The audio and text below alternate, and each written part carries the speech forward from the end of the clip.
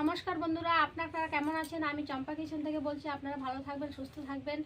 আমি আজকে আপনাদের সামনে একটা নতুন ভিডিও নিয়ে এসেছি। ভিডিওটা খুবই সহজ ভিডিও, আপনারা এটা বাড়িতে বানিয়ে দেখতে পারেন। আমি আজকে আপনাদের বাদামের খাজা বানিয়ে দেখাবো। এটা একদম কম সময়ে হয়ে যায়, বানালে 5 মিনিটেই হয়ে যায় এটা। আজকে আপনাদের আমি বাদামের খাজা বানিয়ে দেখাচ্ছি। বাদামের খাজার জন্য কী কী নিয়েছি দেখুন বন্ধুরা। দেখুন, বাদাম খাজা বানানোর জন্য আমি নিয়েছি গুড়, আর এখানে নিয়েছি ভেজে রাখা বাদাম, আর নিয়েছি 3টে ফাটানো এলাচ। এখন আমি আপনাদের উনুন ধরিয়ে আর বাদামের খাজাটা বানিয়ে দেখাবো। আমি উনুনে আড়স ধরিয়ে ফেলেছি। এখন আমি বসিয়ে দেবো কড়াই। আমি এখন দিয়ে দেবো জল। এখন আমি জলে দিয়ে দেবো 250 গ্রাম গুড়। আমি নিয়েছি বাদাম 250 গ্রাম। 250 গ্রাম বাদামের মধ্যে 250 গ্রাম গুড় দেবো, কারণ বাদামের খাজাটার মধ্যে একটু গুড়টা বেশি লাগে। এখন আমি গুড়টা গলিয়ে নেব, গলিয়ে পাক আনাবো। আমি এখন গুড়টা গলিয়ে পাক আনাবো। গুড়টা গোটা দিয়েছি, একটু গলতে একটু দেরি হবে। তারপরে তো দেখুন বন্ধুরা, আমার গুড়টা গলে গেছে। এই দেখুন, এখন পাক আসছে। এখন আমি দিয়ে দেবো ফাটিয়ে রাখা এলাচগুলো। এলাচটা দিলে বাদামের খাজাটা সেন্ট আসবে, এর জন্য আমি এলাচটা দিয়ে দিচ্ছি। আমার গুড়ের পাক চলে এসছে বন্ধুরা। দেখুন, আপনাদের পাকটা হয়েছে যে আমি দেখাচ্ছি। আপনারা গুড়ের পাক আসতে দেখবেন, হাতে নিয়ে একটু দেখবেন। হাতে আপনাদের আমি দেখাচ্ছি গুড়ের পাকটা আচ্ছা হবে, তাহলে মনে করবেন আপনারা গুড়ের পাকটা চলে এসছে। এখন গুড়ের পাক এসে করেছে। আমি এখন ভেজে রাখা বাদামগুলি দিয়ে দেব। বাদাম এখন আমি গুড়ের সাথে বাদামগুলি ভালো করে মিশিয়ে নেব। তো দেখুন, আমি বাদামগুলো গুড়ের সাথে পাকে দিয়ে ফেলেছি, মিশিয়ে ফেলেছি। এখন আমি ঢেলে দেবো থালায়।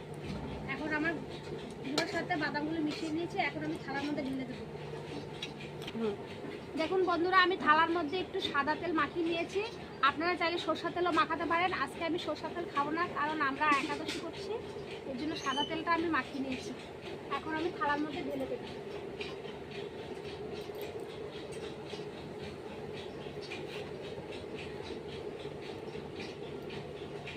এই দেখুন বন্ধুরা, আমি থালার মধ্যে ছড়িয়ে দিয়েছি। এখন আমি থালার মধ্যে পুরো এরকম করছি, পুরো ছড়ে যাচ্ছে থালাটায়। এখন আমি ঠান্ডা করার জন্য রেখে দেব 10 থেকে 15 মিনিট। তারপরে আপনাদের আমি কেটে কেটে দেখাবো। তো বন্ধুরা, আমার বাদামের খাজাটা ঠান্ডা হয়ে গেছে। আপনাদের এখন আমি কেটে কেটে দেখাবো। আসুন, বাদামের খাজাটা করতে খুবই সহজ আর কম সময় হয়ে যায়। এমন করে আপনারা বানাবেন, একদম পুরো দোকানের থেকে ভালো হবে বাড়িতে বানানোটা। বাড়িতে বানিয়ে খেলে কম খরচায় হয়ে যাবে। এই পিসটা আমি আপনাদের আজকে বাদামের খাজার পিসটা করে দেখাবো। এটা দোকানে কিনতে গেলে 5 টাকা দিয়ে নেয়। অল্প সময়ে অল্প খরচায় আপনারা বাড়িতে বানিয়ে খেতে পারেন। আসুন, আপনাদের আমি কেটে দেখাই। তো বন্ধুরা দেখুন, আমার থালার মধ্যে ছড়িয়ে দিয়েছি।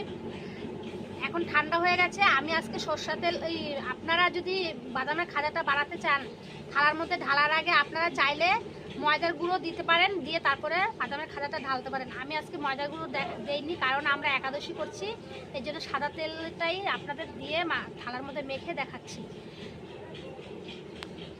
এখন আমি চারিদিকে কেটে নেব।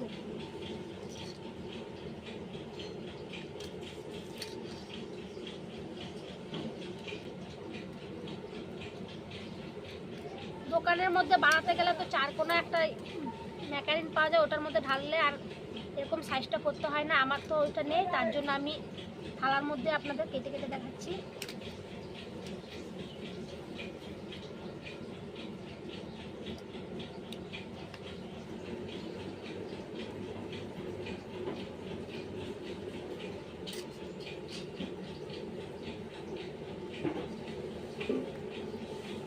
তো বন্ধুরা, আমি চারিদিকে কেটে নিয়েছি। এখন আমি আপনাদের একটা তো দেখুন বন্ধুরা, আমার বাদামের খাজাগুলো হয়ে গেছে। এই দেখুন দুপাশে আপনাদের দেখাচ্ছি। এটা বাজারে কিনতে গেলে 5 টাকা নিয়ে নেয়। আমরা বাড়িতে বানিয়ে খেলে কত সস্তা পড়ে। দেখুন বন্ধুরা, আজকে আমি তেল দিয়ে বানিয়েছি না, থালার মধ্যে তেল দিয়ে ঢেলেছি। অন্যদিন আপনাদের ময়দা দিয়ে ঢেলে আমি থালার মধ্যে ময়দা দিয়ে তারপর ঢেলে বানিয়ে দেখাবো। আজকে আমরা একাদশী করছি, এর জন্য আমি ময়দাটা দেইনি। তো দেখুন আমার বাদামের খাজাগুলো কেমন হয়। আমার ভিডিওটি আপনাদের ভালো লেগে থাকলে অবশ্যই আপনারা আমার চ্যানেলটি সাবস্ক্রাইব করবেন আর শেয়ার করবেন। আর নিত্য নতুন রেসিপি দেখার জন্য অবশ্যই আপনাদের অনেক অনেক ধন্যবাদ। নমস্কার।